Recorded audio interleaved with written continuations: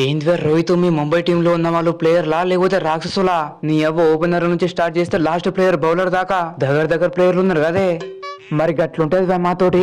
Mumbai Indians team అంటే ఉట్టిన అనుకుంటారా? Fire నీ అవ్వ వైల్డ్ ఫైరు, నా బొంతల ఫైరు.